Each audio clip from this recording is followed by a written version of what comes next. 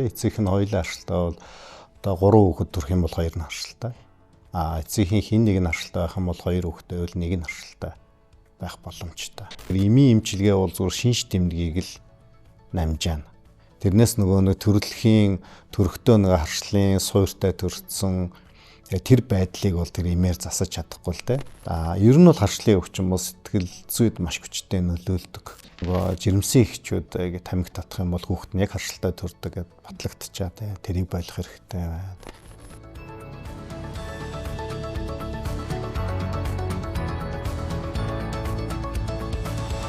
Энэ өдрийн төрвээ эрүүл мэндийн подкаст ээлж дугаараа хүргэж байна. За Монгол улсын хэмжээнд судалгаагаар 5 хүн тутмын нэг нь харшлын ямар нэгэн эмгэгтэй гэсэн тоо гарсан байна. Ялангуяа зуны уйлрал, цэцэг ногоо дэлгэрэх үед харшилтай хүмүүсийн тоо улам бүр нэмэгддэг. Хэрвээ та бодох юм бол эргэн тойронд чинь харшилтай нэг биш нэлээд хэдэн хүн байгаа гэдгийг санах бах.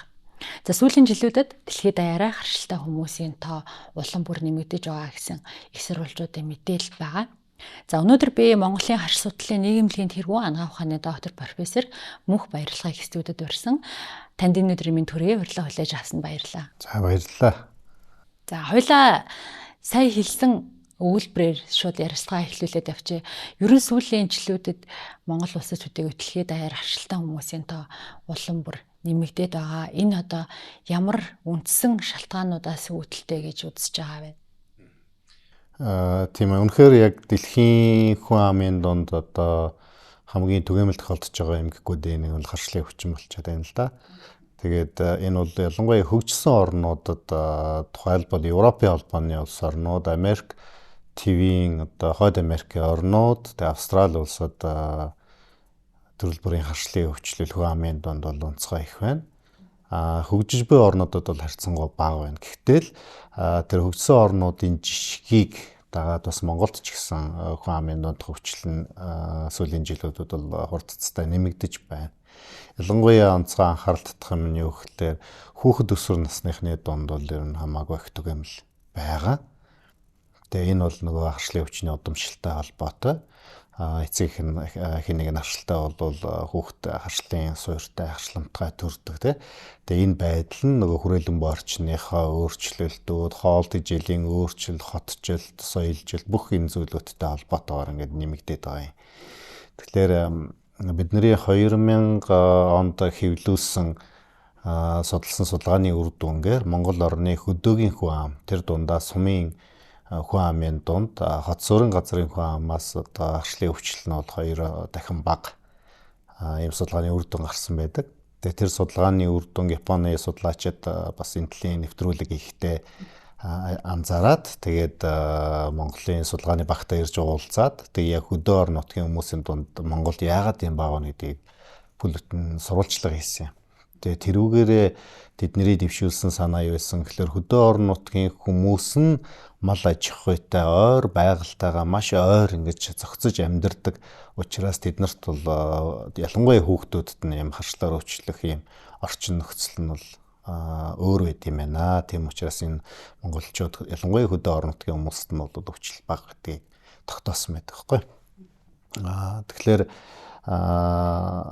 яг энийгээ дагаад хөгжсөн оронд ч гэсэн фермерийн аж ахуй эрхэлж байгаа өрхийн хүн амын донд хүүхдүүд нь бол харшлаар өвчлөх эрсдэл нь бол хамаагүй бага байдаг.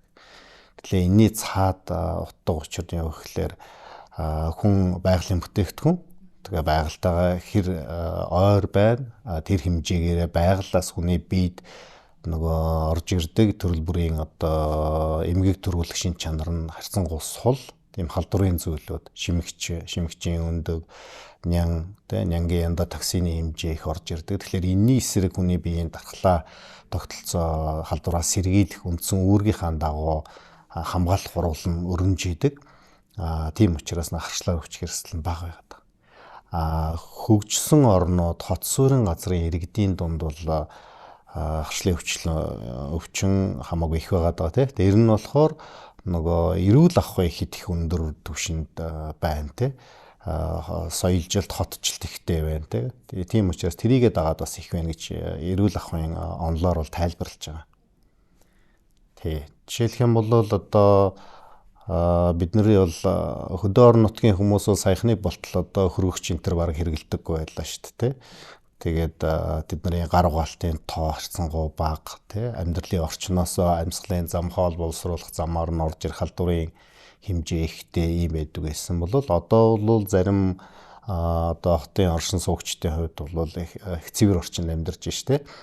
Том өрөөнд ганцаараа амьдрна. Дээр нь бүх хоол хүнс нь ариутгагдсан пакет, савтай стерилизац, пастеризац хийлгэсэн ийм бүтээгдэхүүнүүд хэрэгжилж гээ.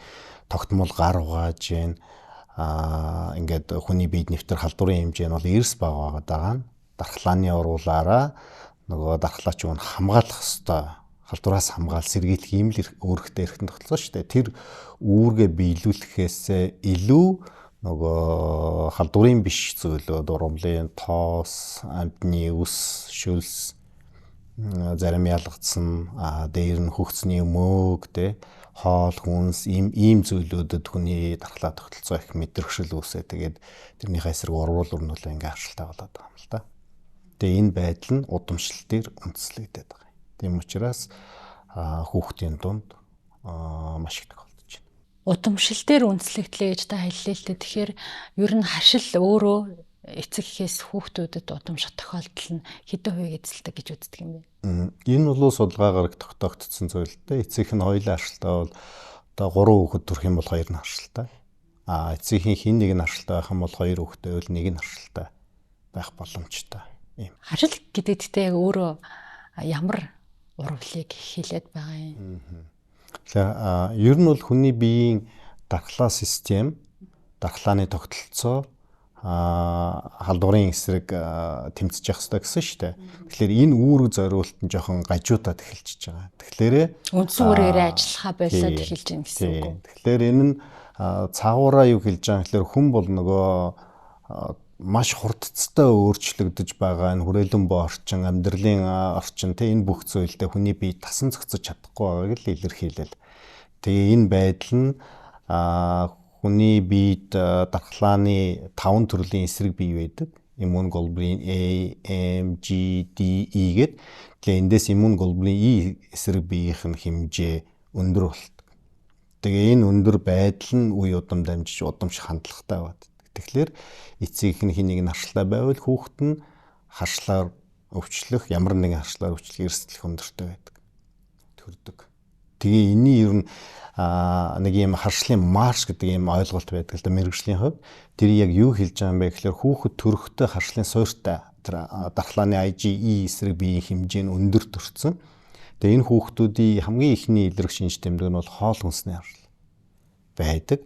Өөрөө болон эхийн сүүгээр хөхний сүүгээр дамжиж хүнсэндээ харшлах тохиолдол байдаг. Тэгээ энэ нь цаашаага атопийн дерматит буюу арсны тууралтын эмгэхээр илрээд байдаг. Тэр нь бол заримдаа заавал хүнсний харшлын дараа биш. Заримдаа хүнсний харшлынхаа өмнө илэрч болно.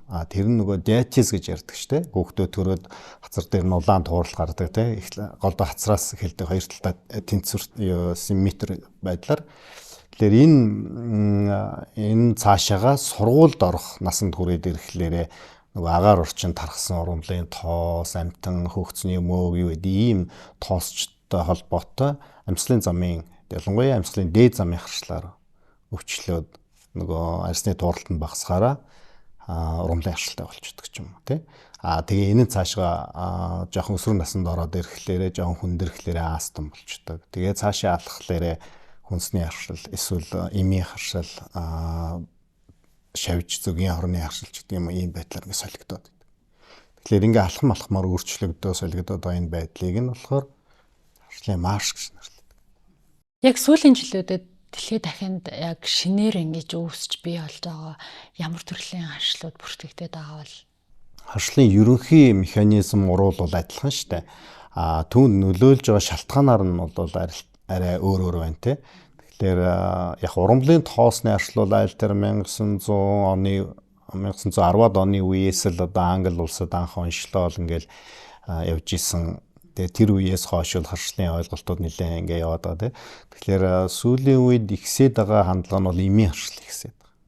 Ялангуяа нөгөө төрөл бүрийн антибиотикийн хэрэглээ эрсгсэд ирэхлээр тэрийгэ дагаад монголчуудын хувьд бол нөгөө антибиотикийн зохисгүй хэрэглээ их байна шүү дээ. Нэг ханиад төрхөөрээ зөвхөн хүмүүний зөвлөгөөгөөр эмчийн жор бичиж өгөөгүй байхад чинь дураараа нэг амгцлын аваад уудчих юм уу, цефазолин уудаг ч юм уу.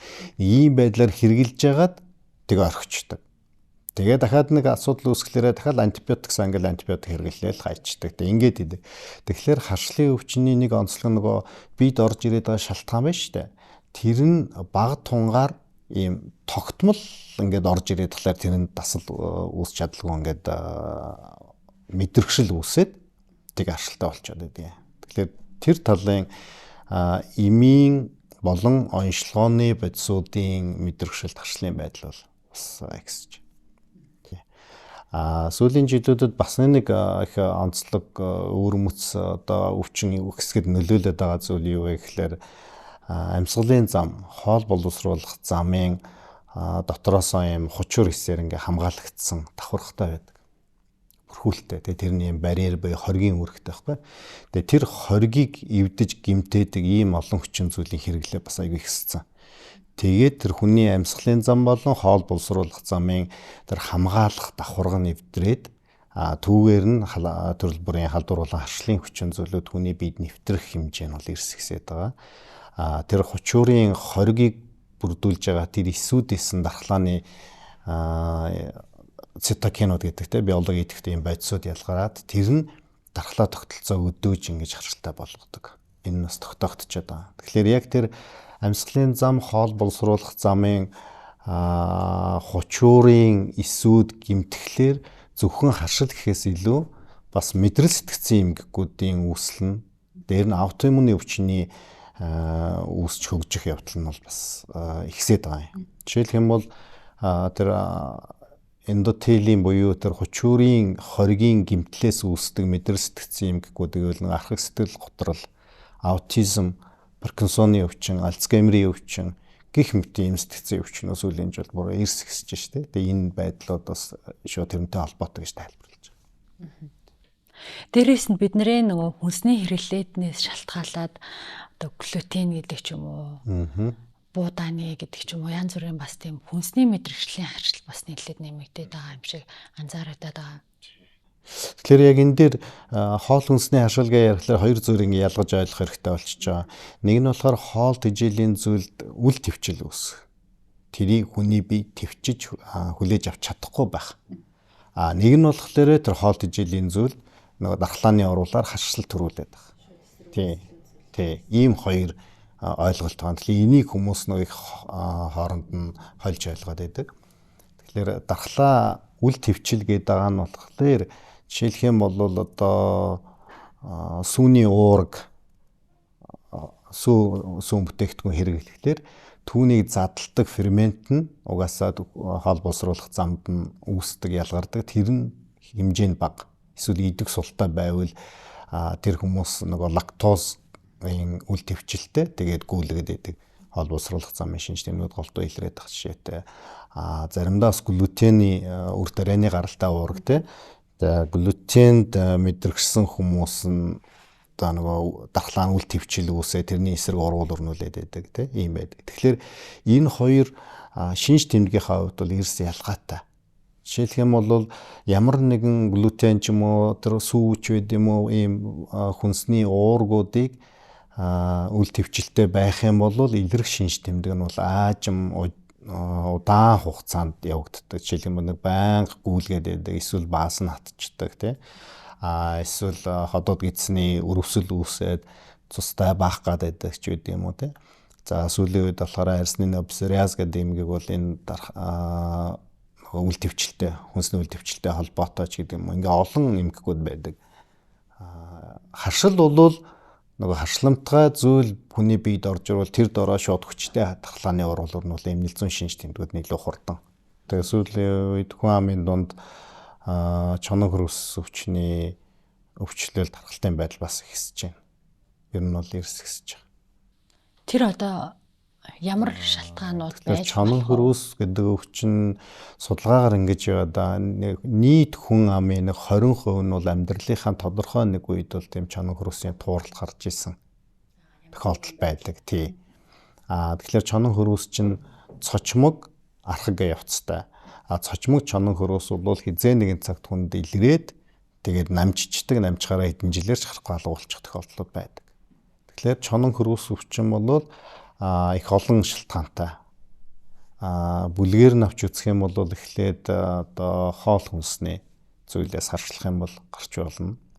Тэгэхээр хоол хүнснээс шалтгаалсан чонон хөрөөсийн тууралт нь бол хөвчлэн нөгөө арсны тууралтаар илэрхээс гадна уруул, нүдний зовх, хийл, чих ийм тодорхой байршлын эрхтнүүд хавдаад идэг, хамт илэрдэг. Дараагийн бүлэг нь бол янз бүрийн эмийн шалтгаантай харшлын үед бол чонон хөрөөс гарна. За дараагийнх нь физикийн шалтгаантай гэдэг. Тэрний үгээр нөгөө даархлаар тууралт гарчдаг, халууцхан ар гарчдаг, эсвэл дарагдлаас болж гардаг. Одоо тэг хувцсны бүс мус чанга барих, одоо эрзэнэн амьсны төрөө чанга барьчих юм уу. Тэгээд тэрэн сулрахлаарээ тууралт гарчдаг тий. Удаан суухаар суудлын ороо гардаг ч юм уу тий. Эсвэл туяаны нөлөөгөөр, вибрацийн, дөргөний нөлөөгөөр гардаг юм байвал физикийн шалтгаантай. Дээр нь аутоиммуны шалтгаантай гэж бий. Тэгээд цаана нь болохоор дотор эрхтний архаг өвчнөттэй холбоотой гардаг хувилбар бас байгаа. Жишээлх юм бол элгэний өрөсөлтэй, хеликобактертэй, ходоодны өрөсөлтэй хүмүүс, дээр нь бамбаа улчирхаан аутоиммуны өрөсөлтэй хүмүүс дээр гардаг. Тэгэхээр энэ бол яг нөгөө тодорхой шалтгаан ингээд онцлогдоо мэдэгдэн л дээ. Эннээс цаана нэг том бүлэг нь нөгөө шалтгаан тодорхойгүй бүлэг гэж байдаг. Тэр нь бол одоо яг юунаас болоод байгаа нь бол тодорхойгүй, эмгэг зам нь тодорхойгүй те, яг процесс, механизм яаж явагдаад байна гэдэг нь бас тодорхойгүй юм байдаг те. Тэрийг нь бол одоо яг онцлоод эмчилгээд бас гэдэг хөт. За дур мэдээд харшлын янз бүрийн аптекаас төчөргөө олгогддог юмнуудыг хэрэглэх. За дээрээс нь за харшил хөдлөө танаа гэл айгу дааврын туслуудыг аягүй хэрэглээд байдаг тий.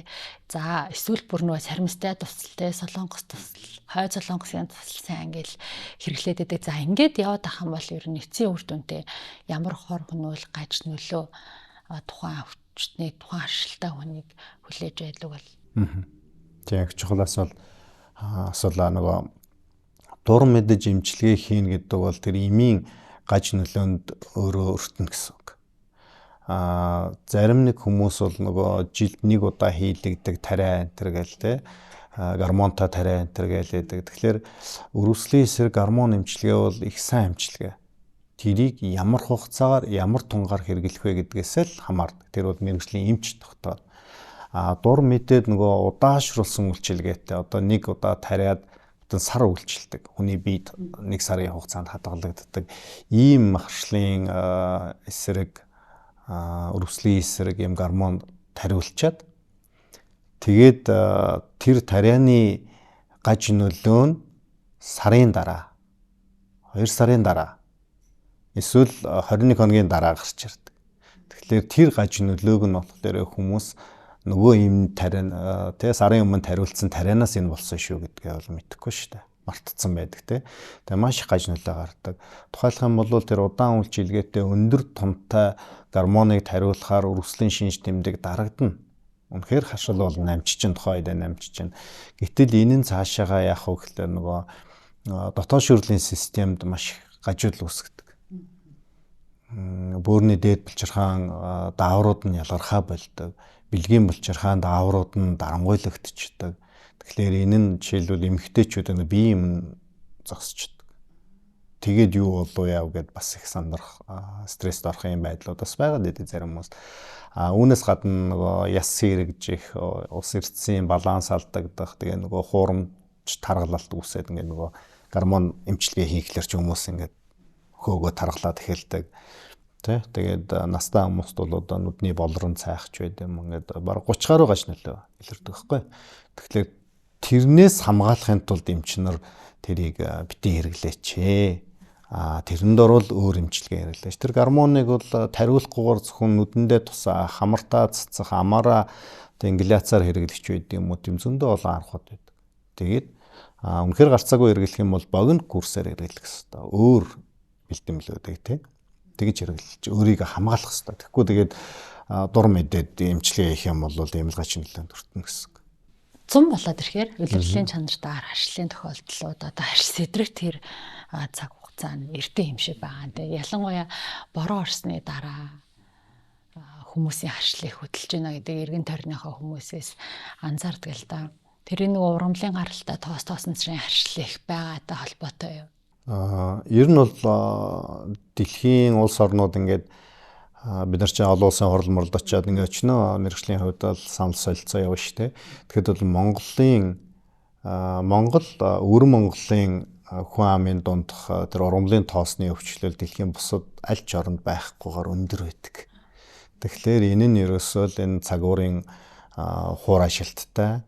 За тэгээд нөгөө тэр байгаль цагуурын их өөрчлөлтөнд төсвөртэй салхиар тоос өртдөг ургамлын тархалт ургацсан их байна л да Монголд. Тэгээд тэр нь болохоор голдуу шарилж одоо 30 гаруй зүйлийн шарилж ургаж байна тий. Тэгээ нэг хөдөө аж ахуйн судалсан судалгаа байсан шүү дээ. Тэр хөдөөгийн одоо малын бэлчээрийн ургамлын дунд шарилжны эзлэх хувийн сүүлийн жилд бүр ингээд доктортой ихсэж байна гэдэг. Дээр нөгөө газар тариалан эрхэлж байгаад өнжсөн, орхисон тэр талбай тэр чигээрээ нөгөө хөл газрын ургамал шарилж ургацдаг тий. Тэгээ тэрний тоосчлт өвчлөлд маш хүчтэй нөлөөлж байна. Тэгээд энэ ургамлын тоос агаарт хит ихсээд энэ үед их аадар бороо орох юм бол аадар борооны дараа астм болж хүндэрдэг ургамлын харшил. Тэр ургамлын харшил гэдэг нь голдуу хамар нүдний шинж тэмдгээр илрээд идэг бол астм болоод идэг. Тэгэхээр энийг ийм тохиолдол Англид тохиолдож исэн, Австральд тохиолдож исэн аадар борооны дараа бүрэн эмнэлэг нь астмтай үнээр дүүрээд тэгээд энэ юу болов гэд ингээд судалж исэн. Тэгээд тэдний зүгээс гаргасан нэр томьёо юу гэхээр аадрын астм гэдэг нэр томьёо гаргаж ирсэн байдаг. Тандерсторм астма гэдэг нэрлэдэг. Тэгэхээр тэр байдал Монголд бас 8 сар тохиолддог. 7-8 сард яг нөгөө шарилжны тоосчлт маш их байх үед аадар бороо орох юм бол аадар борооны дараа хүмүүсийн харшлан шууд астм болж өдрөдөг. Финляндд илүү Нидерландд судалгаа хийсэн байна л да. Бодоосны 2 сарын өмнө энэ мэдээлэл нөгөө захин орчинд их явсан. Хүүхдүүдийг бид нар чинь нөгөө тоглоомын талбай дээр тоглоултаа цементэн дээр ингээд нэг гусуур тавьчаад тоглоулаад байдаг.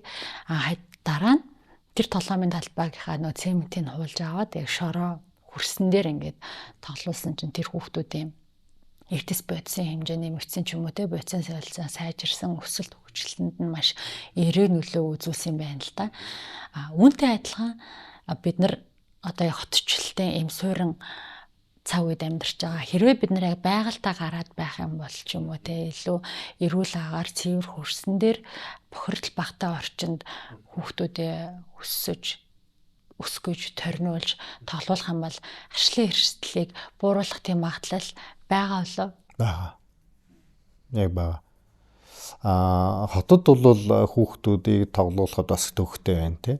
Шууд одоо хүүхдийн тоглоомын талбай энэ төр бүгд л ингээл нэг бол хиймэл зүйлэг дэвссэн, нэг бол бетон цемент хийчихсэн юм байна шүү дээ. Тавьсан байдаг шүү дээ амир. Тэгээ дээр нь Улаанбаатар хот чинь зөвхөн агаарын бохирдлоосоо илүү хөрсний бохирдол маш их болчихж байгаа.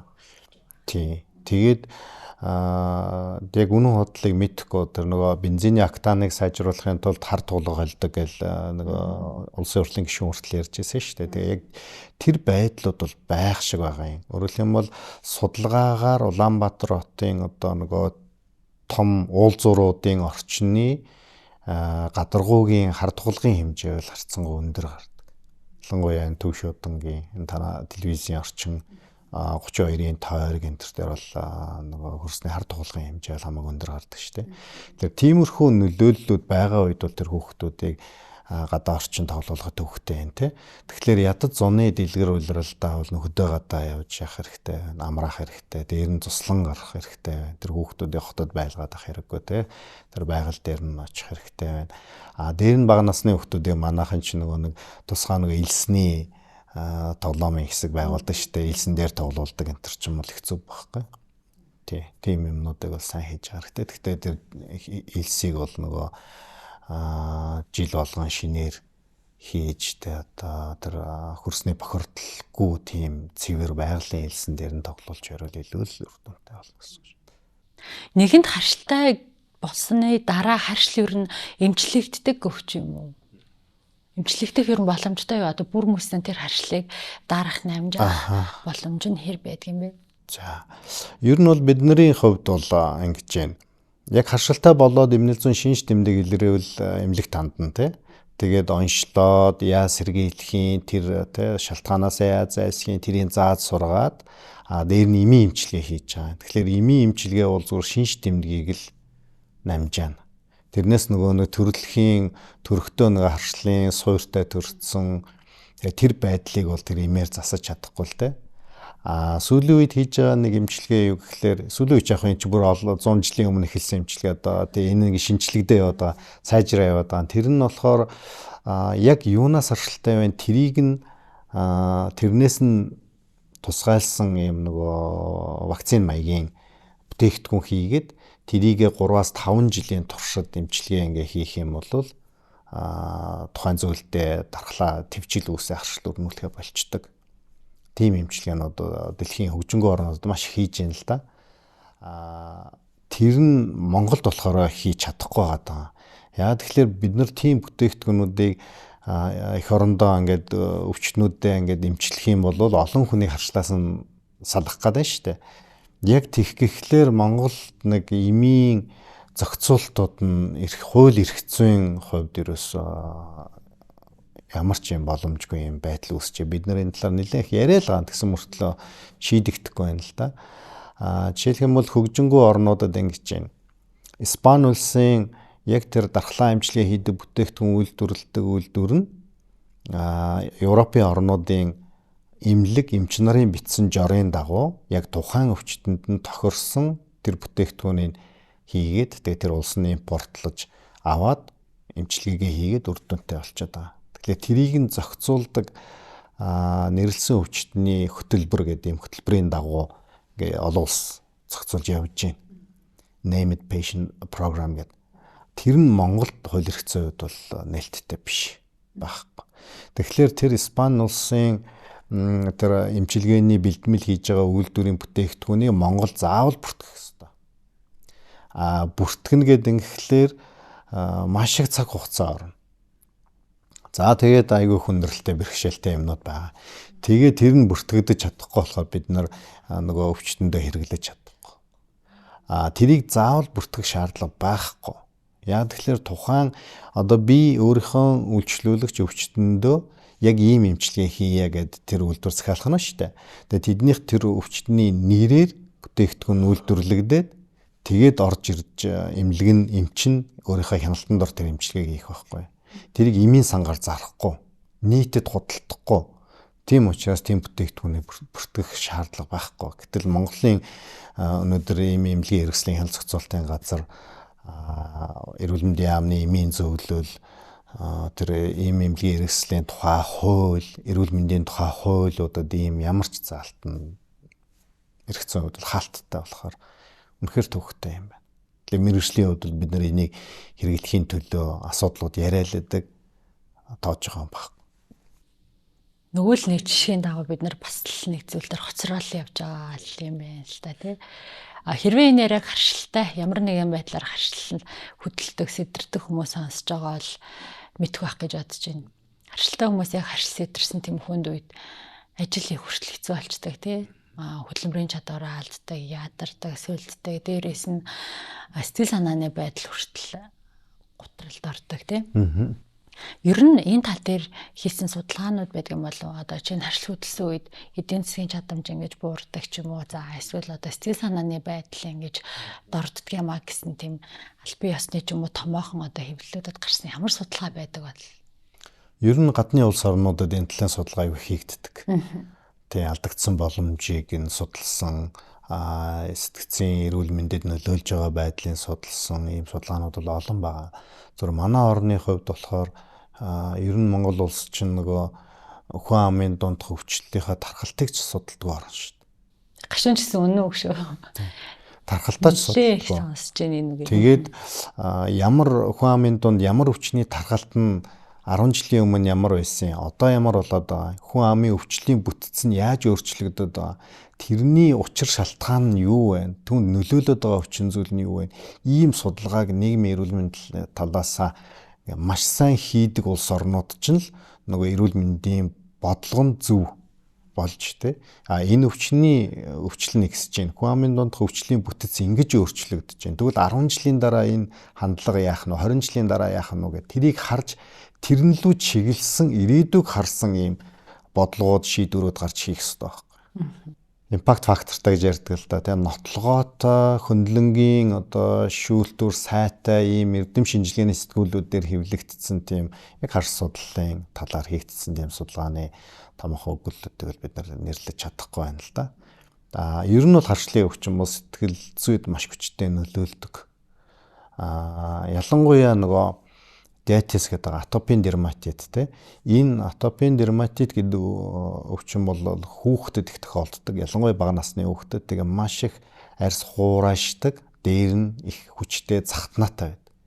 Тэгэхээр хүүхэд нөгөө байнга арьс нь хуурайших, тэгэл захтнаад ингээд ахлаар сэтгэл зүйн хувьд бол маш их юм хүнд болно те. Тэгээ энэ бол нөгөө нас барах шалтгаан биш. Амнаас нь их аюултай биш. Тэгсэн мөртлөө амьдралын чанарыг маш их дордуулдаг.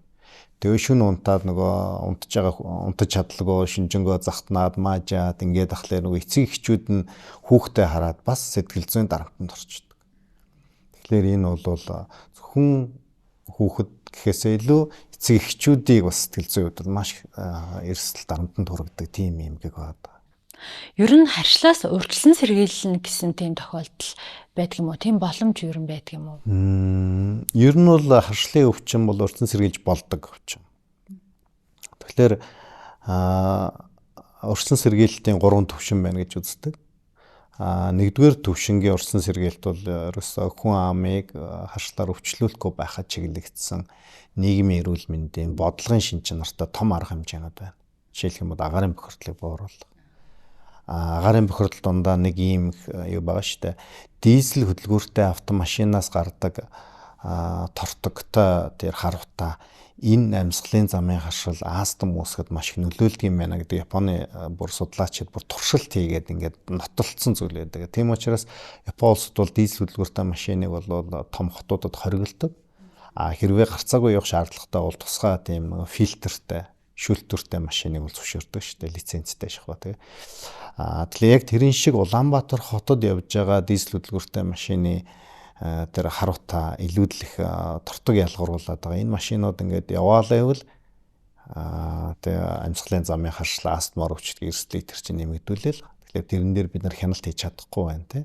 Нэг хэдэн жилийн өмнө нөгөө дизель хөдөлгөөртэй машинд фильтр тавих тэгээ агаарын бохирдлыг бууруулахад ач холбогдолтой гэл нэг арга хэмжээ авахаар уг нь яригдчихсэн. Тэгээ нөгөө яриад өнгөрцөн.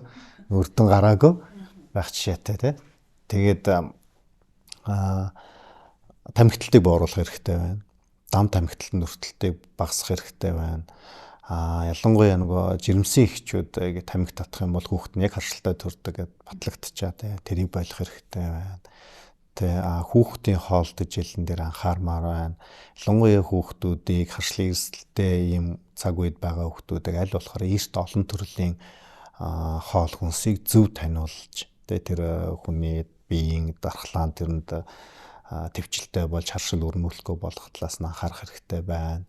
Дээр нь бид нар хэрэгжилж байгаа ахуйн хэрэглээний бодисууд юмнууд дээр бас анхаарал тавих хэрэгтэй байна. Жишээлх юм бол одоо тэр амьсгалын болон хоол боловсруулах замын тэр хучуурын хоргийг гэмтээгээд байгаа нэг айхтар шалтгаан бол одоо пластик хуванцар байна шүү дээ. Тэгэхээр гялгар утанд махаа хийгээл авичаал идэж байна. Гялгар утны хэрэглээ маш их байна.